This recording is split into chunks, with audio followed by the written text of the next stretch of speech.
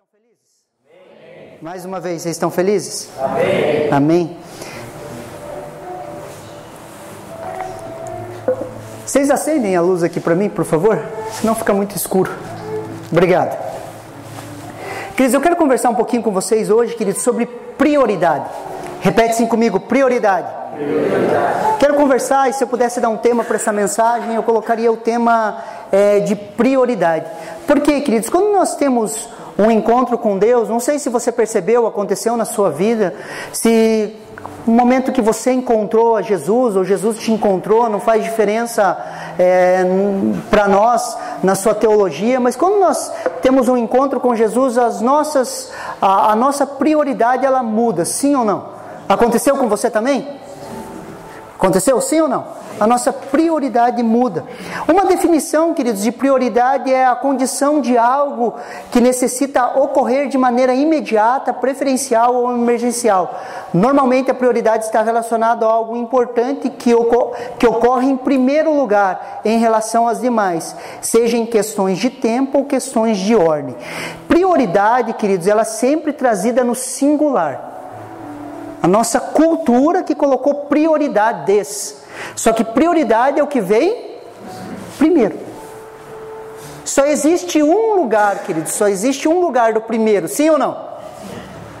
Então só deveria existir uma prioridade. Culturalmente nós falamos, eu tenho as minhas prioridades. Se você fazer uma pergunta para qualquer crente, queridos, crente, assim, o cara fala, eu sou crente evangélico brasileiro. Você perguntar qual que é a sua prioridade, ele vai falar o quê? Deus em primeiro. Daí você pergunta para ele, qual a sua agenda de tempo? Aonde estão indo as suas finanças? Aonde está indo o seu tempo e a sua energia? Você vai perceber que Jesus não é o primeiro. Sim ou não? Meu Deus.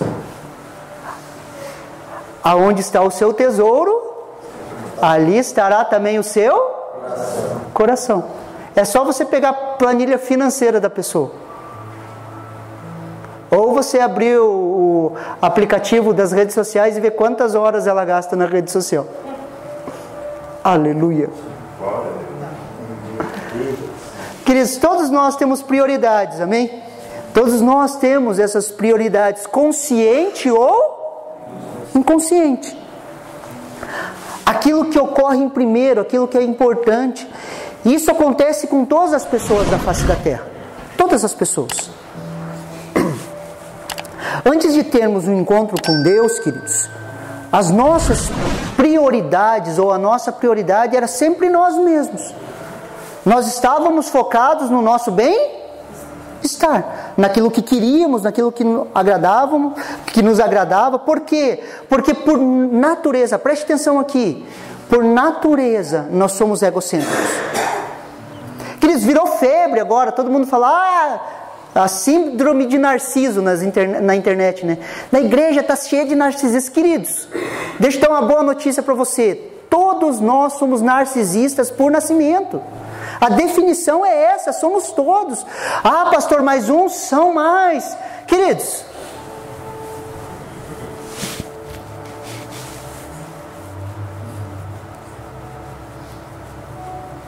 todos somos. Posso ouvir um amém? Amém. Todos somos, queridos, nascemos assim. Por natureza, nós só pensamos em nós. Desde a queda de Adão, queridos, lá quando Adão cai, que Deus fala, saia do jardim, o medo vem no coração do homem. Deus olha para Adão e fala assim, agora, cara, do suor do teu rosto você vai se virar, bicho. Agora imagine, você vivendo em um ambiente longe do pecado, não existia pecado, você era protegido por Deus, amado por Deus, de repente o homem cai, o medo toma o coração dele. Imagine o dia seguinte depois do pecado. Adão nunca tinha se machucado, queridos. Imagina ele pisando no primeiro espinho. Imagine você saindo de um ambiente de segurança e Deus falando assim para ele assim, agora, bicho, é por tua conta, se vira. Se você não ralar, você não come.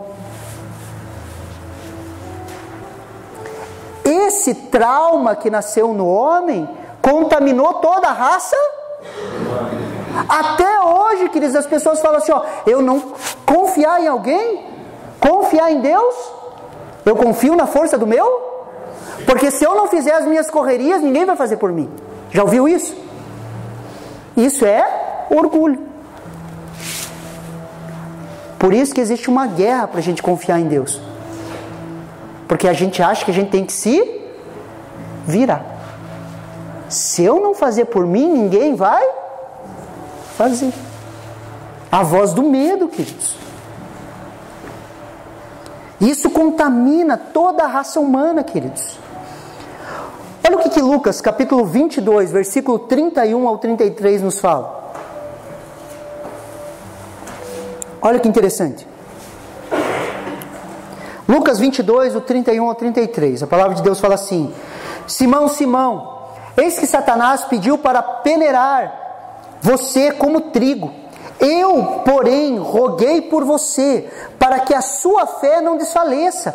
E você, quando voltar para mim, fortalece os seus irmãos.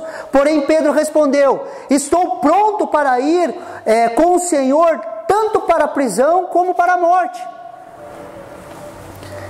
Queridos, aqui estamos no final do ministério de Jesus. Pedro tinha andado 3 anos e meio com Jesus.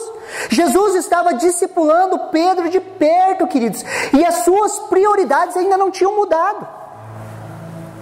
Pedro ainda continuava pensando como um egocêntrico, alguém egoísta. Olha o que o versículo 32 nos fala: eu, porém, orei por você para que a sua fé não desfaleça. E você, quando voltar para mim, fortalece os seus. Preste atenção aqui. Não é que Pedro não tinha fé, queridos. Pedro tinha fé, sim ou não? Sim. Jesus rogou, queridos, para que a fé dele não fosse desfalecida. E Jesus fala assim, ó, quando você voltar para mim, por quê? Algumas traduções vão colocar assim, quando você se converter. Quando você se converter, queridos. Por quê? Porque muitas vezes eu e você precisamos de uma conversão. Uma conversão, voltar para Jesus. Queridos, uma coisa é o novo nascimento. Posso ouvir um amém? Amém. Sim ou não? Outra coisa é a conversão. Existem pessoas que nasceram de novo, assim como Pedro, caminharam com Jesus, queridos, e não se converteram. Eles continuam andando para o mesmo rumo.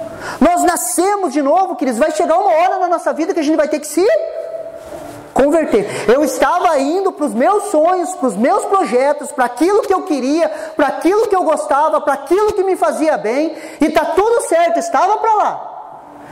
De repente eu encontro Jesus e ele fala: aquele que está cansado e sobrecarregado, venha a... Um problema seu trouxe você para Jesus. Ele balançou o pão e peixe, você foi atrás do pão e peixe e ele te pegou. A primeiro chamamento de Jesus: aqueles que estão cansados. Você cansado encontrou Jesus e nasceu de novo. Posso ouvir um amém? Amém. De repente você está caminhando e ele vai falar assim, ó, agora se você quiser vir após mim, negue-se a si. Agora os teus sonhos têm que ser abortados, você se converte. Você estava indo para lá, agora você começa a ir para outro lugar, porque você nega a si mesmo e toma a sua cruz. É o processo de conversão. Queridos, você acha que Pedro estava andando com Jesus, queridos, porque ele tinha entregado a vida, os seus sonhos para Jesus? Não. Pedro estava andando com Jesus porque ele achou que ele ia ser o cara. Quando você se converter. Queridos, sempre que nos convertemos ou voltamos para Jesus, a prioridade é o outro. Olha, presta atenção. E você, quando voltar para mim ou se converter, fortalece os seus irmãos. Fortalece os seus irmãos. Todas as vezes que nos convertemos, a prioridade é o meu próximo.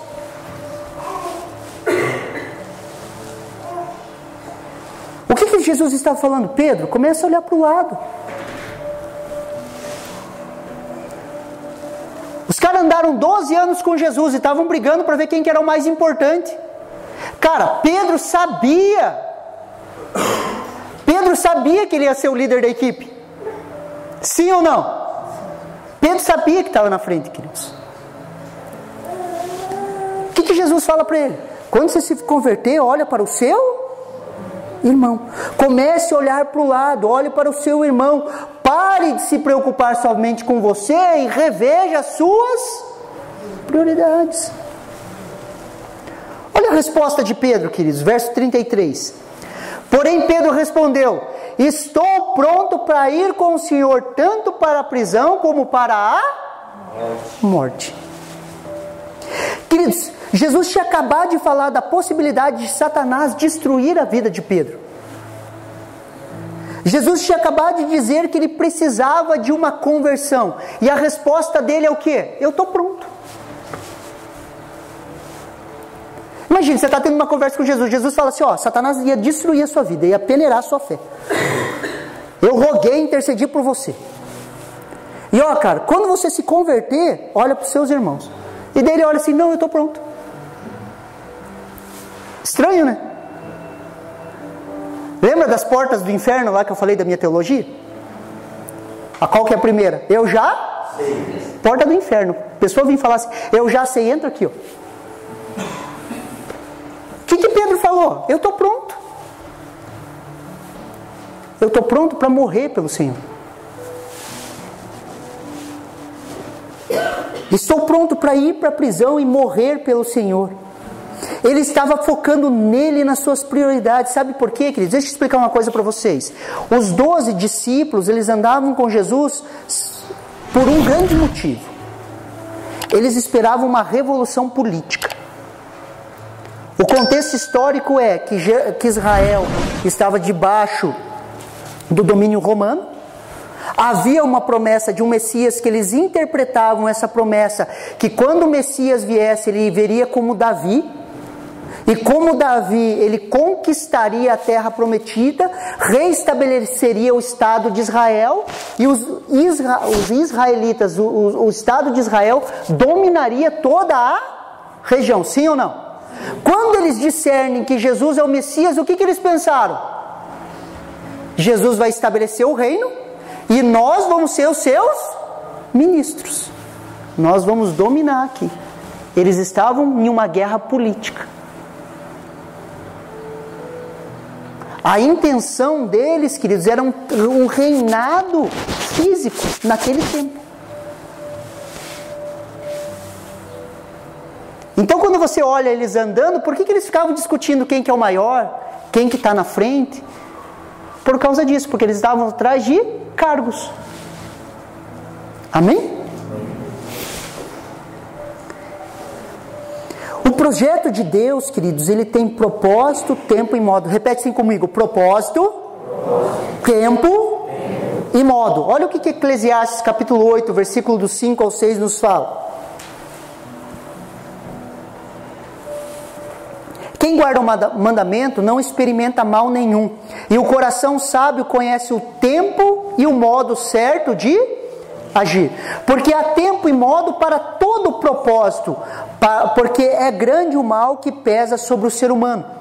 Queridos, o propósito que Deus tem para fazer através de nós, queridos, ele tem tempo e modo, e Deus tinha um propósito para Pedro. E no tempo certo ia acontecer, no modo certo ia acontecer. E o coração do sábio, queridos, ele discerne o que? O tempo e o modo. Pedro erra no que? Em discernir tempo e modo. Sobre as nossas vidas, é tempo de discernir tempo e modo. Posso ouvir um amém? Amém. Sabe por quê, queridos? Quando Pedro bate no peito e ele fala assim, eu morro por você. Naquele tempo, naquela hora, Pedro não morreu, porque não era o tempo certo. Mas alguns anos depois, ele foi crucificado de cabeça para baixo. Morreu ou não morreu pelo seu Senhor? Morreu. Depois que o orgulho dele foi tratado, depois que Deus trabalhou através dele, morreu ou não morreu? Cumpriu ou não cumpriu a promessa que ele tinha feito? Sim. Cumpriu. Só que precisamos aprender a discernir tempo e... Quem não discerne tempo e modo fala demais, queridos.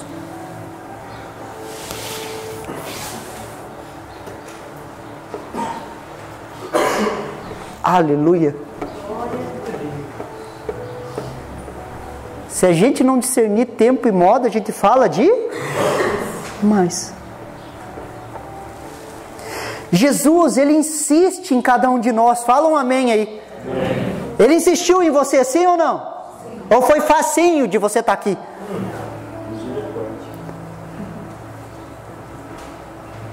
Tipo, aceitei Jesus, eu sou um cara legal, Ele cuidou, só trabalhou algumas arinhas da minha vida que precisava, sim, porque...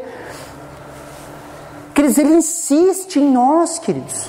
E uma das características de Jesus que mexe comigo é a forma de Ele ensinar, queridos. Ele é extremamente didático. Olha o que Mateus capítulo 11, versículo 29 ao 30 nos fala.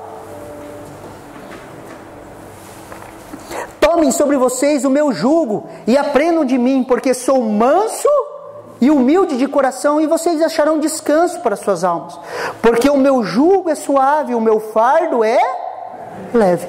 Queridos, Jesus, em seu trato conosco, Ele é manso e humilde. Queridos, Jesus, Ele tem paciência conosco. Falam amém aí. Amém. Ele é manso, humilde, Ele tem paciência.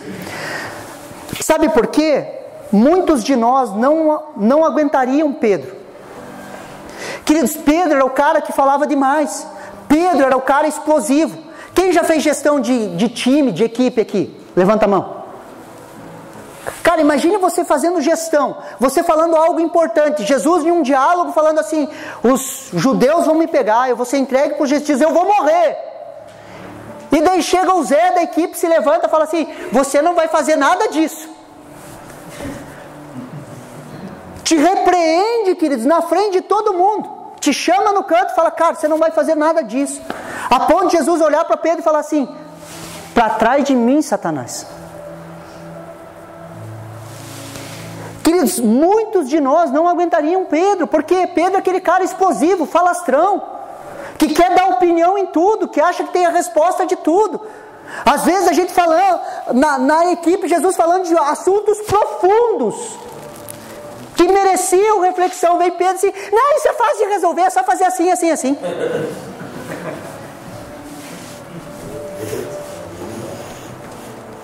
Extremamente superficial, falastrão, explosivo. Muitos de nós iam falar, ô pastor, tira ele daí. Vamos isolar ele, assim, deixa ele de canto, assim. Daqui a pouco ele se enche e sai da igreja. Queridos, verdade, muitos de nós fariam isso, mas o que? Jesus tem paciência. Ele é manso e humilde. Aleluia. Queridos, tenha certeza que na reformulação das suas prioridades e da sua prioridade central, você tem um mestre que é manso e humilde. Amém. Queridos, Jesus, Ele é manso e humilde para conosco.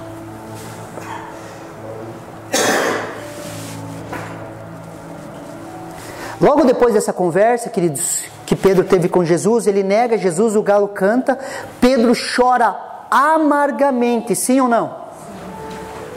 Eu acho interessante aquele filme do Mel Gibson, A Paixão de Cristo.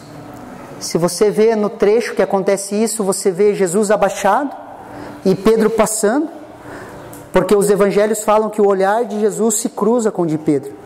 E ali o ator acertou certinho a imagem. Quando o ator está abaixado, ele olha para Pedro, ele faz um olhar de compaixão, queridos, não de acusação. Os olhos de Jesus, imagine, queridos, você é Pedro, você traiu o seu melhor amigo. E o seu melhor amigo está sofrendo agora. E você está fugindo, de repente o seu olho se cruza com o olhar de Jesus. E o autor fez os olhos dele olharam com compaixão para Pedro. Queridos, eu entendo da parte de Deus, queridos, que muitas vezes quando nós pisamos na bola, o olhar não é de condenação. Sabe por quê? É a bondade de Deus que nos conduz ao arrependimento. Romanos fala isso. Existe a bondade e a severidade de Deus, mas não é a severidade de Deus que nos leva para o arrependimento, e sim a bondade dele. É o constrangimento com o amor. Sim ou não? Uma vez a gente estava em um tempo de calor, bem calor, E um rapaz teve uma ideia de fazer evangelização. Ele falou, vamos evangelizar. Ele tinha escutado um testemunho. Eu falei, como que você vai fazer? Só chegar para as pessoas, tá calor, hein? A pessoa fala, tá calor, né? Imagina no inferno.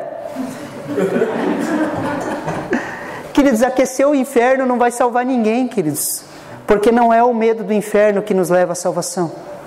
É a bondade de Deus, é o desvendar o amor de Cristo, a bondade e sua doçura. Quando Cristo se apresenta para alguém na sua bondade e na sua doçura, as escamas caem e não tem como, a gente se apaixona por Ele. Um dia você olhou nos olhos dele, queridos, e não tem como largar. Sim ou não? Consegue me entender? Pedro chora amargamente, queridos, mas existe um reencontro. E deixa eu falar para você, sempre existe um reencontro. Sempre existe a possibilidade de nos reencontrarmos. Independentemente para onde nós fomos, existe um reencontro. Olha o que João capítulo 21, do verso 15 ao 18 nos fala.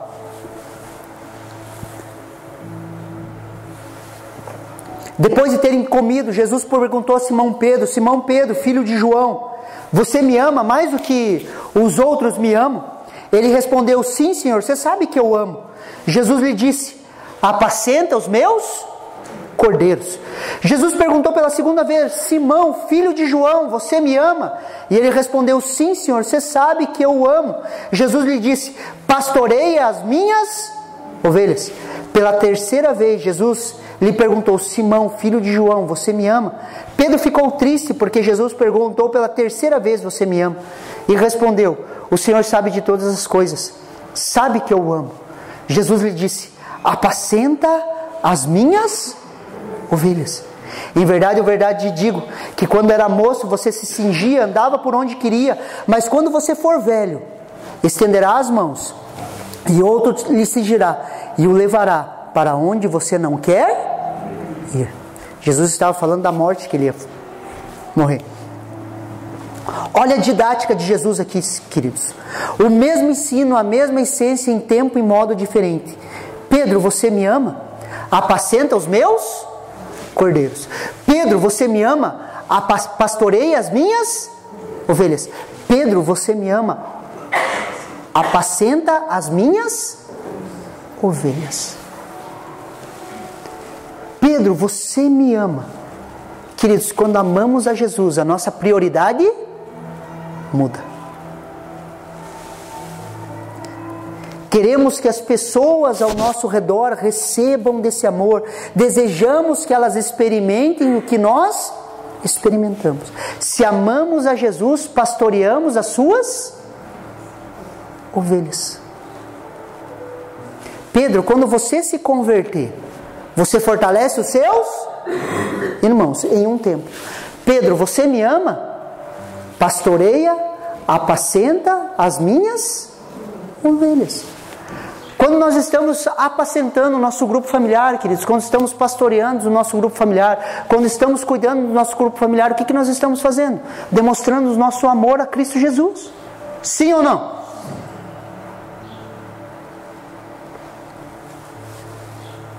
Por quê, queridos? Amamos porque Ele nos amou primeiro. Olha o que João capítulo 4, 19 a 21 nos fala. Nós amamos porque Ele nos amou primeiro. Se alguém disser, amo a Deus, mas odeia o seu irmão, esse é mentiroso, pois quem não ama o seu irmão a quem vê, não pode amar a Deus a quem não vê. E o mandamento que dele temos é esse: quem ama a Deus, que ame também o seu irmão. Quando ouvimos a pergunta de Jesus, você me ama? E a resposta for sim, queridos, só tem um motivo: porque Ele nos amou primeiro. Tivemos o privilégio da revelação do amor, fomos envolvidos pelo amor de um Pai amoroso, e isso nos envolveu, fomos banhados de amor. Quando entendemos que Deus nos ama, acontece uma revolução nas nossas vidas. Fala um amém aí. Amém. Uma revolução. Olha o que Jeremias capítulo 31 nos fala. 31:3. De longe o Senhor lhes apareceu dizendo: com amor eterno eu amei, por isso com bondade a atraí. Com amor eterno Ele tem nos amados. Queridos, a cruz é a prova de um amor eterno. Posso ouvir um amém? Na cruz Deus prova o seu amor para conosco, mas esse amor é eterno, porque com cordas de amor Ele nos amarrou, e com bondade Ele nos atraiu. Queridos, Deus nos atrai com bondade, não com medo. Estamos aqui porque Ele é bom, não porque eu estou com medo de ir para o inferno, eu estou com medo de pecar e as consequências virem. O não fazer por medo da consequência, queridos, é pecado igual. Aleluia. Estamos aqui porque nós conhecemos um Deus bom. Aleluia. Porque Ele nos ama, queridos. Olha o que Eclesiastes capítulo 11, verso 4 nos fala: atrai-os com cordas humanas, com cordas de amor. Eu fui para eles como os que tiram o jugo sobre as suas queixadas, e lhes dei mantimento. Com cordas de amor Ele nos toca, sim ou não? Sim. Você foi envolvido de amor. Você pode falar assim: Deus me ama. Deus me ama. Independente da circunstância, Deus nos ama. Essa é a nossa âncora de segurança. Ele nos ama, queridos.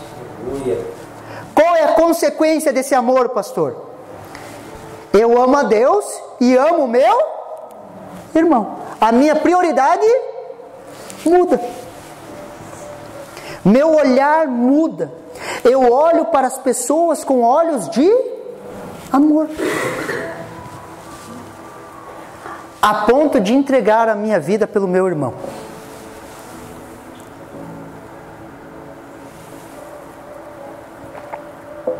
Sim ou não? Queridos, teria qualquer possibilidade de eu chegar para o Marcos e para a Andréia e falar assim: ó, eu amo vocês, eu gosto de estar com vocês, eu quero que vocês venham lá em casa, só que eu não amo o seu filho, ele eu não quero que você traga. Teria alguma possibilidade de relacionamento? Não?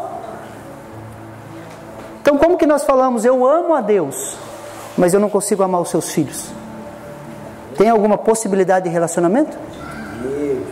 Eu amo a Deus na minha casa, eu não preciso da igreja. Tem alguma possibilidade disso ser verdade? Aquele que ama a Deus, ame também o seu.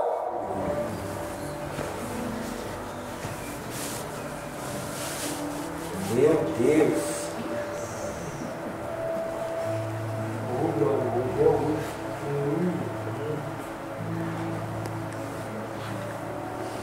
Amar a Deus é mais fácil, pastor. Sim. Mas Deus te amar também não é tão simples, querido. Se você se conhecer, né? Se você não se conhecer, você vai achar que você é bonzinho. Qual que é a consequência desse amor, pastor? Mudamos a mudança das prioridades. E eu começo a entender Mateus 6,33, que fala isso. Mas busquem em primeiro lugar o reino de Deus e a sua justiça, e todas as coisas lhe serão. Preste atenção aqui, queridos. O reino de Deus se torna a nossa prioridade quando eu entendo que Deus me ama. O amor de Deus enche o meu coração e a minha prioridade se torna o reino de Deus. Esse reino me consome. Eu entendo que esse reino tem sido edificado ao longo dos séculos por homens e mulheres que se entregaram totalmente por ele. Por que o Evangelho chegou a nós, queridos? Porque pessoas negaram a sua vida, pessoas negaram a sua carreira, pessoas negaram o seu conforto, pessoas se negaram, queridos, e morreram pelo Evangelho. Os altares das igrejas, ou as pregações aqui na igreja, elas são formadas por sangue derramado dos mártires. Para você ter uma Bíblia na sua mão, pessoas morreram, queridos. Entregaram as suas carreiras e as suas vidas. Foram condenados à morte. Sim ou não? Pessoas que literalmente morreram por esse reino, que literalmente não amaram as suas vidas.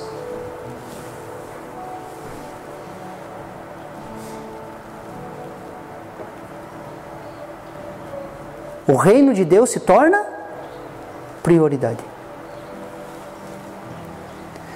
Jesus é pedra angular. Deixa eu tentar explicar melhor. Queridos, Jesus é pedra angular, sim ou não? Ela que dá ângulo para a construção, a pedra de esquina, tudo que... A pedra central é Jesus, sim ou não? Sim. É Jesus o Cristo e o seu reino. Quando você coloca essa pedra angular, queridos, em primeiro, as outras prioridades vão se encaixando, sim ou não? Só que o primeiro é Ele, queridos. Entre Ele e a minha vontade, quem que fica em primeiro? Deus tem uma vontade? Deus é um ser inteligente? Deus é um ser que se manifesta através da sua vontade? Você crê que Deus tem uma vontade? Ele tem uma vontade para a sua vida? Sim ou não? Se você fala que Deus tem uma vontade para a sua vida, você perde a sua autonomia. Você perde a sua autonomia. Fomos comprados por sangue, sim ou não? Vamos da base. Fomos comprados por sangue. Jesus derramou o seu sangue e comprou. Você reconheceu a isso, nasceu de novo, sim ou não? Você foi comprado. Jesus é seu Senhor. Se você tem um Senhor, você não tem autonomia. Você não faz mais o que você quer. Você faz a vontade dele, que é expressa na sua palavra.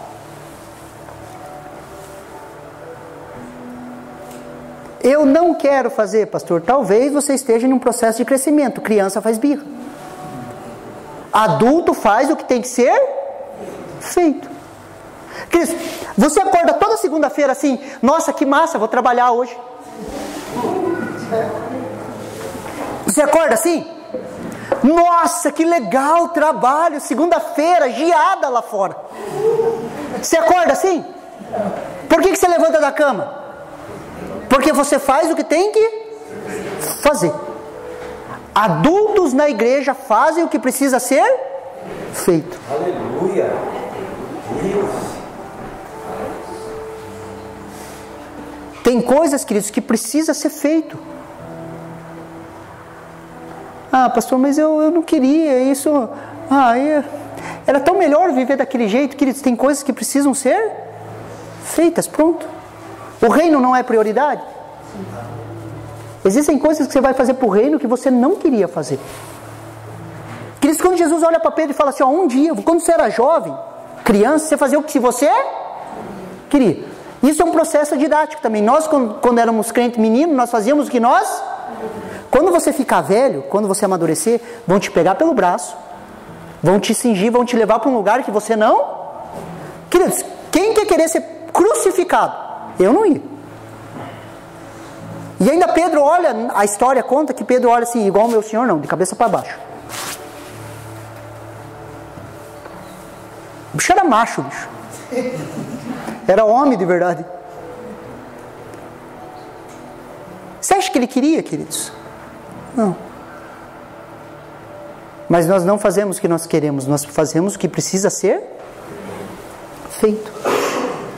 Qual que é a consequência desse amor? Olha o que João capítulo 21, do 18 ao 19 nos fala. Em verdade, verdade lhe digo, quando era mais moço, você se cingia e andava por onde você queria. Mas quando você for mais velho, estenderá a mão e outro lhe cingirá e o levar para onde você não quer ir. Jesus disse isso para significar com que tipo de morte Pedro havia de glorificar a Deus. Depois de falar assim, Jesus acrescentou: siga-me. Isso é uma entrega total e radical, queridos.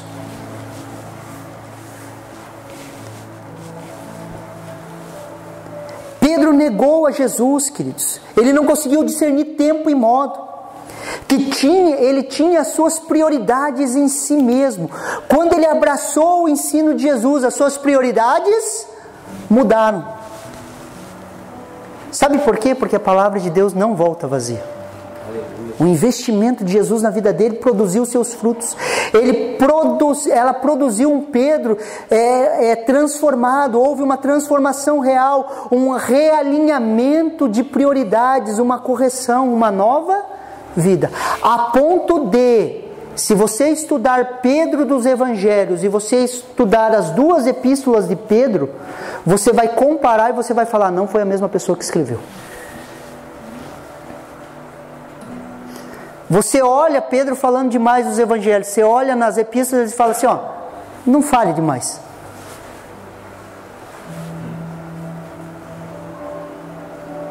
Por quê? Porque houve uma transformação real. As prioridades foram invertidas.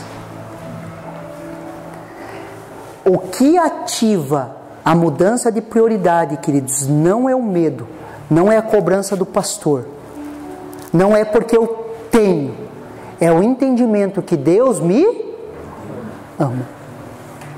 A busca pelo amor incondicional tem destruído a humanidade. E quando nós entendemos que Deus nos ama de forma incondicional, as nossas feridas são curadas, nós somos transformados. E a consequência desse amor é a mudança da prioridade. Estabelecemos a Cristo e o seu reino como primeiro em nossas vidas. E as outras coisas vão sendo acrescentadas. E se não forem acrescentadas também está tudo bem, porque você entendeu que a sua vida não tem valor nenhum, a não ser que esteja em Cristo Jesus. Você morre para você mesmo, para que os outros vivam através de você. Prioridades. Você recebe essa palavra no seu coração?